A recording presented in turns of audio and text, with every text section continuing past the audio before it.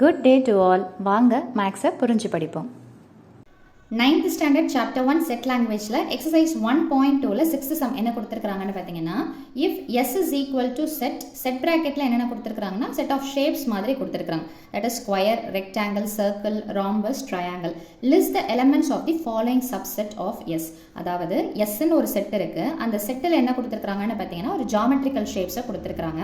இதோடைய சப்செட் அப்படின்னா இதுக்கு பொருந்துற மாதிரி சில வார்த்தைகளை கொடுத்துட்டு அதில் எது வரும் அப்படின்றது தான் subset.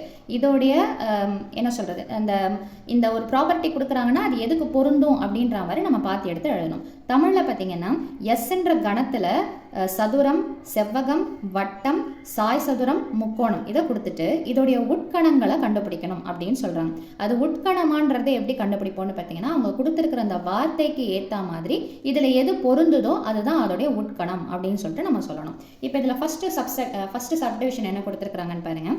The set of shapes which have 4 equal sides. அதாவது கொடுத்துருக்கிற செட்டு எஸ்ஸில் எதுக்கெல்லாம் 4 சைட்ஸுமே ஈக்குவலாக இருக்கும் அப்படின்னு பார்த்தீங்கன்னா 4 சைட்ஸ் ஈக்குவலாக இருக்கிறது யாருக்குன்னு பார்த்தீங்கன்னா ஸ்கொயருக்கும் ராம்பஸுக்கும் மட்டும்தான். ஸோ அப்போது இது பெரிய செட் இல்லைங்களா, இந்த செட்டில் எல்லாமே இருக்கும்.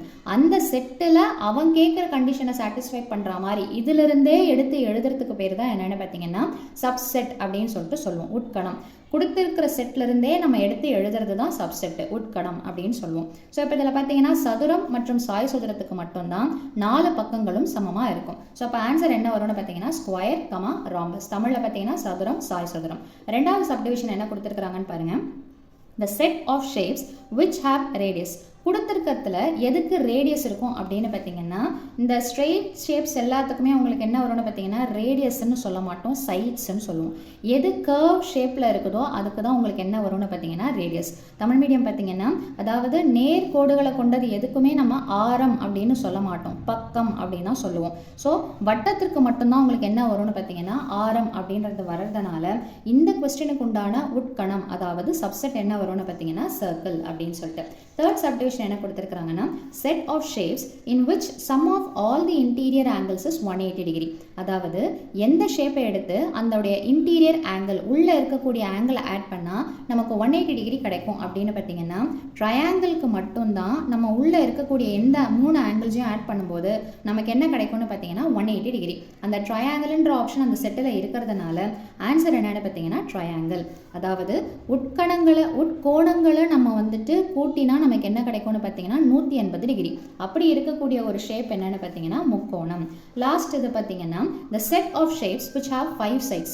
அந்த செட் எஸ்ன்னு கொடுத்துருக்குறாங்க பார்த்தீங்களா, அதில் எதுக்கு 5 பக்கங்கள் இருக்குதுன்னு சொல்லிட்டு கேட்குறாங்க. இப்போ இதில் பாருங்கள், ஸ்கொயருக்கு 4 சைட்ஸு, ரெக்டாங்கிளுக்கு 4 சைட்ஸ்க்கு, சர்க்கிளுக்கு சைட்ஸ் கிடையாது. ஏன்னா அது கர்வ்ன்றதுனால உங்களுக்கு சைடுன்ற மாதிரி எதுவும் வராது. ராம்பஸ்க்கு 4 சைட்ஸு, ட்ரையாங்கிள் முக்கோணத்துக்கு பார்த்தீங்கன்னா 3 சைட்ஸ். இங்கே கொடுத்துருக்கிற எந்த ஷேப்லையுமே 5 சைட்ஸ்ன்றது வராது. அப்படின்னா இந்த இடத்துல ஆன்சர் என்னவா இருக்கும்னு பார்த்தீங்கன்னா நல் செட். தமிழில் பார்த்தீங்கன்னா வெற்று கணம்னு சொல்லலாம். ஒன்று நீங்கள் இந்த மாதிரி எடுத்து எழுதலாம் அல்லது இந்த மாதிரி எம்டி பிராக்கெட் எடுத்து போடலாம். 7th கொஸ்டின் என்ன கொடுத்துருக்குறாங்கன்னு பார்த்தீங்கன்னா ஏன்ற ஒரு செட்டில் எப்படி கொடுத்துருக்குறாங்கன்னா இந்த பிராக்கெட்டு தான் மொத்த செட்டை கவர் பண்ணக்கூடிய ஒரு இது. ஸோ அப்போ இந்த செட்டுக்குள்ளே யார் யார் இருக்கிறாங்கன்னு பார்த்தீங்கன்னா ஏன்ற ஒரு எலமெண்ட்டும் ஏகமா ஒரு எலமெண்ட்டும் இருக்குது. ஸோ இதுக்கு நம்ம என்ன பண்ணணும் அப்படின்னு பார்த்தீங்கன்னா சப்செட்ஸை எழுதணும் அப்படின்னு சொல்லிட்டு சொல்கிறாங்க. ஸோ அப்போ சப்செட் ஆஃப் ஏ ரொம்ப சிம்பிள். எப்போவுமே சப்செட்டுன்னு சொல்லும்போது அப்படியே மொத்தமாக எடுத்து லாஸ்ட்டில் எழுதிடணும். எதுவுமே இல்லாதது எம்டி செட்டை ஃபஸ்ட்டில் போட்டுக்கோங்க. இதை நீங்கள் ஃபஸ்ட்டு லாஸ்ட்டுன்ற எந்த ப்ரியாரிட்டியும் கிடையாது. ஸ்டார்ட் பண்ணும்போது பார்த்தீங்கன்னா ஒரு சப்செட்டு இல்லாமலும் இருக்கலாம் அல்லது இங்கே இருக்கக்கூடிய ஒவ்வொரு எலமெண்ட்டையும் தனித்தனியாக எடுத்து எழுதணும். இப்போ இங்கே மேக்ஸிமம் எத்தனை எலமெண்ட் இருக்குது, இங்கே ஒரு எலமெண்ட் இருக்குது, இது ரெண்டும் சேர்த்தே ஒரு எலமெண்ட்டு தான் இந்த செட்டை பொறுத்த வரைக்கும். ஓகேங்களா? ஸோ அப்போ ஃபஸ்ட்டு எதை எழுதணும்னு சொன்னேன், நல் செட் வெற்று கணத்தை எடுத்து எழுதணும். அடுத்தது பார்த்தீங்கன்னா தனித்தனியாக எடுத்து எழுதணும். ஸோ இது ஒன்று செட் ப்ராக்கெட்டில் போட்டு எழுதியாச்சு.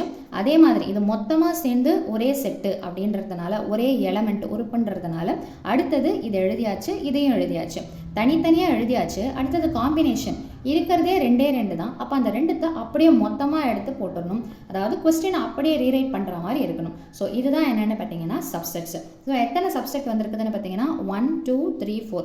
இங்கே மொத்தமாக எத்தனை எலமெண்ட்ஸ் இருக்குது? 2 எலமெண்ட்ஸ் இருக்குது இல்லைங்களா? ஸோ இதை வந்துட்டு நீங்கள் ஹையர் கிளாஸஸில் படிப்பீங்க. 2 தான் பேஸாக வரும். எத்தனை எலமெண்ட்ஸ் இருக்குதோ பவர் 2, அதாவது 2 power 2 பண்ணிங்கன்னா என்ன வருதுன்னு பார்த்தீங்கன்னா 4ன்னு சொல்லிட்டு வரும். ஸோ இதுதான் என்னென்னு பார்த்தீங்கன்னா சப்செட்ஸ் அப்படின்னு சொல்லிட்டு சொல்லுவோம். ஸோ மீண்டும் அடுத்த பதிவில் வேறொரு சம்மோட சந்திக்கிறேன். வீடியோ பயனுள்ளதாக இருந்ததுன்னா மறக்காமல் லைக் பண்ணுங்கள், ஷேர் பண்ணுங்கள், சப்ஸ்கிரைப் பண்ணுங்கள். தேங்க்யூ.